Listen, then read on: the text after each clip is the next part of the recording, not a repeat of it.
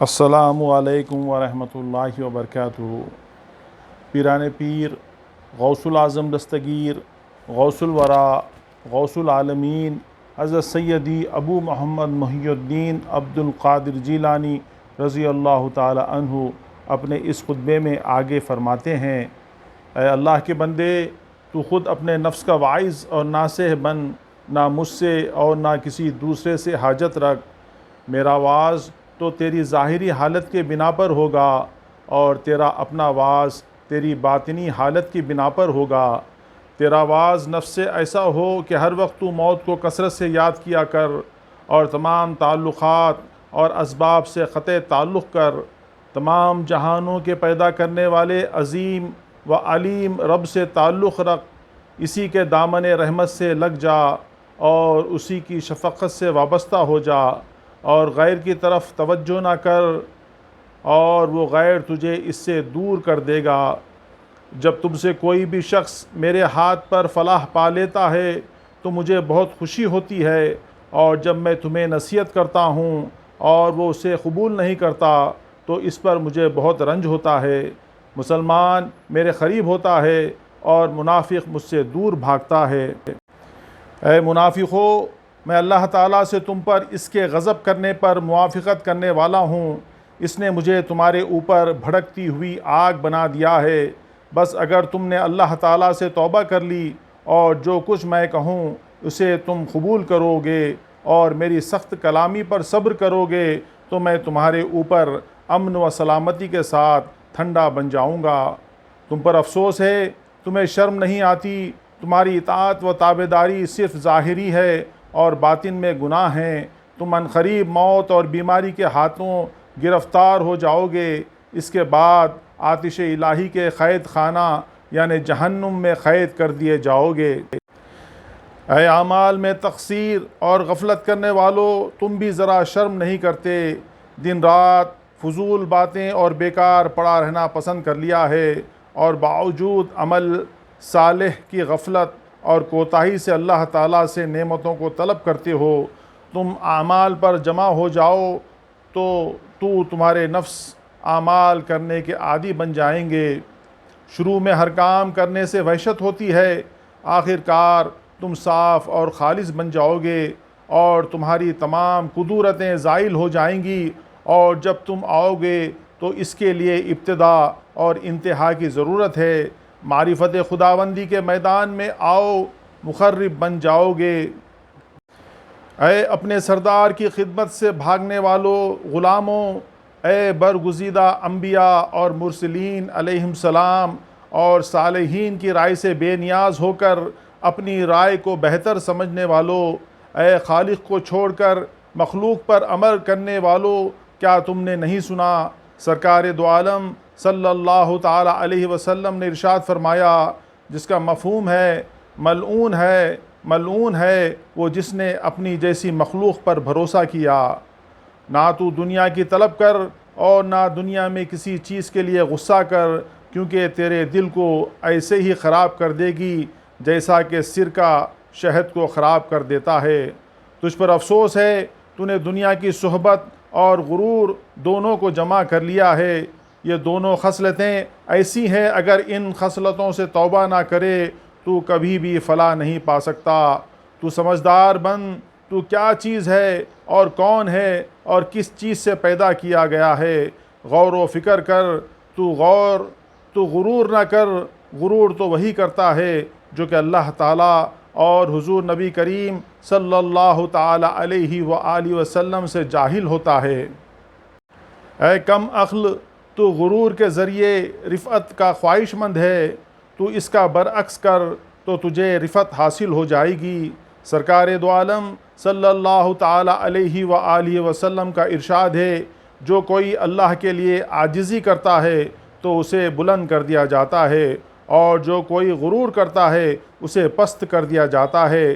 جس نے آخرت کو پسند کیا وہ پہلے لوگوں میں شامل ہوا، اور جس نے تھوڑے کو پسند کیا اس کو بہت عطا کیا گیا، اور جو ذلت پر راضی رہا اسے عزت نصیب ہوئی۔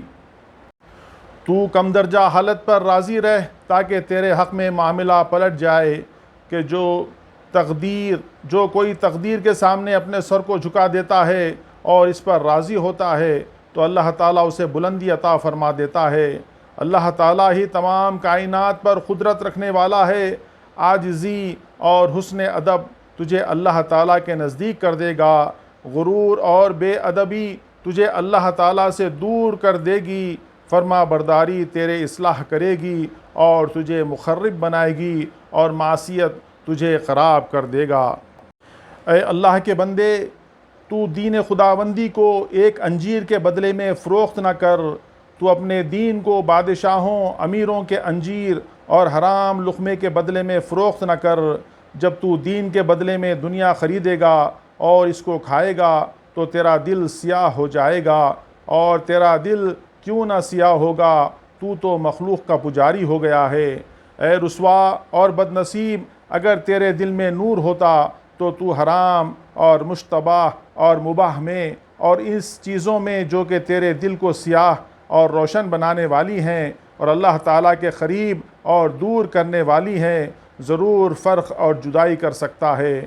اے جاہل، میں تو کسب اور اللہ تعالیٰ کی ذات پاک پر توکل کے علاوہ کسی دوسری چیز کو پہچانتا ہی نہیں ہوں۔ ابتدائی ایمان میں بذریعہ کشف لین دین ہوتا ہے، پھر ایمان کے قوی ہو جانے کے وقت اللہ تعالیٰ سے ان واسطوں کے اٹھ جانے کے جو کہ تیرے اور اس کے درمیان میں حائل ہیں۔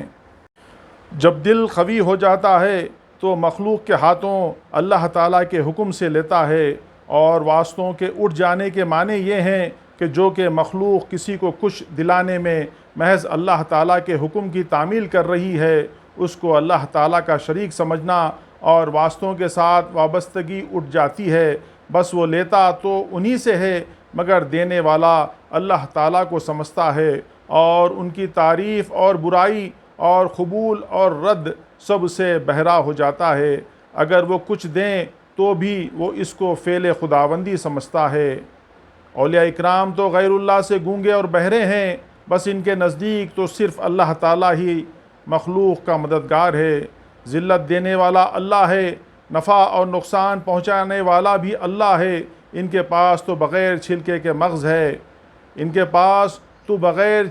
مغز ہے، اور بغیر قدورت کے صفائی پر صفائی، پاکیزگی پر پاکیزگی ہے۔ بس یہی بات ہے جو کہ تمام مخلوق کو ان کے دلوں سے نکال باہر کر دیتی ہے۔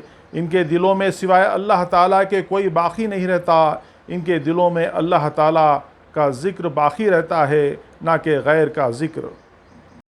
دعا ہے، اے اللہ تو ہمیں اپنی معرفت عطا فرما۔ تجھ پر افسوس ہے، تو یہ سمجھتا ہے کہ اپنی کھوٹ کے چلانے پر تو میرے اوپر قادر ہے۔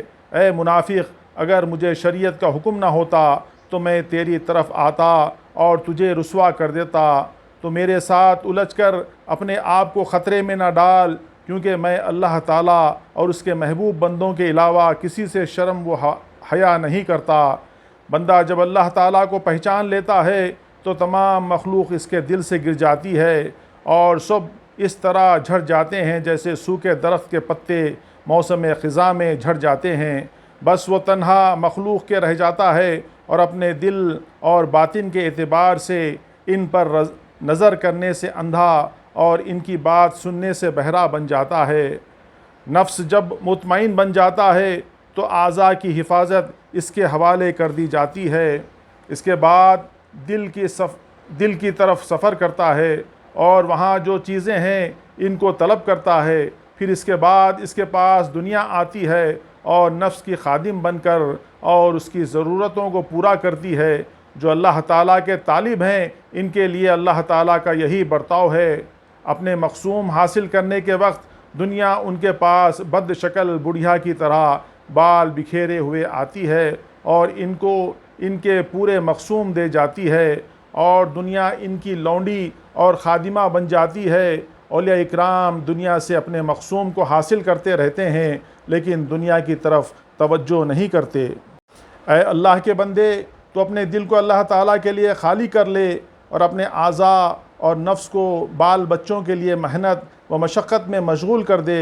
اللہ تعالیٰ کے حکم کے مطابق عمل کر اور اس کے فعل سے ان کے لیے کمائی کر اللہ تعالیٰ کے سامنے خاموش رہنا اور صبر و رضا کے ساتھ سوال کر دینا دعا و سوال کرنے سے بہتر ہے۔ تو اپنے علم کو اس کے سامنے ختم کر دے اور اس کی تدبیر کے سامنے اپنی تدبیر کو علیحدہ رکھ اور اپنے ارادے کو اس کے ارادے کے لیے منقطع کر اور اپنی عقل کو اس کی قضاء و قدر کے نازل ہونے کے وقت علیحدہ کر دے۔ اگر تو اللہ تعالیٰ کو پروردگار، مددگار اور سلامتی دہندہ سمجھتا ہے تو اس کے ساتھ بھی یہی معاملہ کر۔ اگر اللہ تعالیٰ تک پہنچنا چاہتا ہے تو اس کے سامنے خاموشی لازم ہے۔ مومن کے خیالات اور مقاصد سب ایک ہو جاتے ہیں اور اس کے پاس سوائے اس خیال کے جو کہ اس کے دل پر اللہ تعالیٰ کی طرف سے اترتا ہے کوئی بھی خیال باقی نہیں رہتا۔ وہ قرب خداوندی کے دروازے پر اطمینان و سکون کے ساتھ کھڑا رہتا ہے۔ بس جیسا معرفت خداوندی اس کے دل میں جاگزیں ہو جاتی ہے تو اس کے سامنے دروازہ کھول دیا جاتا ہے۔ بس وہ اندر داخل ہو جاتا ہے اور وہ چیزیں دیکھنے لگتا ہے جس کے بیان کرنے پر وہ قدرت نہیں رکھتا۔ خطرہ اور خیال دل کے لیے ہے اور اشارہ ایک خفی کلام ہے باطن کے لیے۔ جو شخص کے اپنے نفس اور خواہش اور بد اخلاقیوں اور تمام مخلوق سے فنا ہو جاتا ہے وہ بڑے آرام و خوشی اور نعمت میں رہتا ہے اور اسے اس حالت میں ویسی ہی کروٹیں دلائی جاتی ہیں جیسا کہ اصحاب کہف کو کہ جن کے بارے میں اللہ تعالیٰ کا فرمان ہے جس کا مفہوم ہے ہم ان کو سیدھی اور الٹی طرف کروٹیں بدلتے رہتے ہیں۔ اے اللہ کے بندے تو میری باتوں کو سن اور اس پر ایمان لا اور اس کو نہ جھٹلا اور ہر طرح سے اپنے نفس کو بھلائی سے محروم نہ رکھ۔ حضرت غوث اعظم رحمۃ اللہ تعالیٰ علیہ نے 19 رمضان المبارک 545 ہجری کو خانقاہ شریف میں یہ خطبہ ارشاد فرمایا۔ وآخر الدعوانا ان الحمد للہ رب العالمین۔ السلام علیکم ورحمۃ اللہ وبرکاتہ۔